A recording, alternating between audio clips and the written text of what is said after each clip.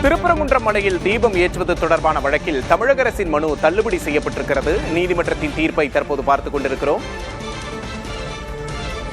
திருப்பரங்குன்றம் மலையில் தீபம் ஏற்றுவது தொடர்பான வழக்கில் தமிழக அரசின் மனு தள்ளுபடி செய்யப்பட்டிருக்கிறது. தீர்ப்பின் முதற்கட்ட விவரங்களை திரையில் பார்க்கிறோம்.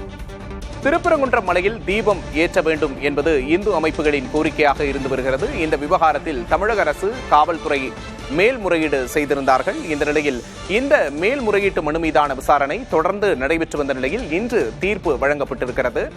அரசின் மனு தள்ளுபடி என்ற தீர்ப்பின் விவரத்தை அண்மை செய்தியாக பார்க்கிறோம். தற்போது திருப்பரங்குன்றம் தீபத்தூண் விவகாரத்தில் நீதிமன்றத்தின் தீர்ப்பை பார்த்துக் கொண்டிருக்கிறோம். கூடுதல் விவரங்களை செய்தியாளர் மணிகண்ட பிரபுவிடம் கேட்டு பெறலாம். மணிகண்ட பிரபு, விரிவான விவரம் என்ன? விக்னேஷ், நிச்சயமாக தனி நீதிபதி ஜி.ஆர். சுவாமிநாதனின் உத்தரவை உறுதிப்படுத்தும் வகையில் தற்போது இரு நீதிபதிகள் கொண்ட அமர்வு ஒரு விரிவான உத்தரவை திருப்பரங்குன்றம் வழக்கில் வழங்கி கொண்டிருக்கிறார்கள்.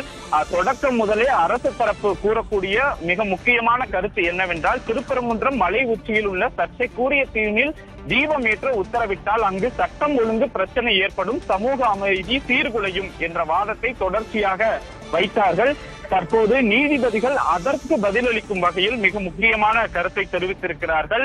பொது அமைதிக்கு பிரச்சனை ஏற்படும் என்பதை அரசு காரணம் காட்டுவது ஏற்கத்தக்கதல்ல. அரசியல் காரணங்களை அடிப்படையாக கொண்டு தமிழக அரசு செயல்படக்கூடாது. தீபத்தூண் தேவஸ்தானத்திற்கு சொந்தமான இடத்தில்தான் இருக்கிறது. எனவே அரசு தரப்பில் தொடரப்பட்ட அனைத்து மேல்முறையீட்டு மனுக்களையும் தள்ளுபடி செய்வதாக நீதிபதிகள் அறிவித்திருக்கிறார்கள், உத்தரவிட்டிருக்கிறார்கள்.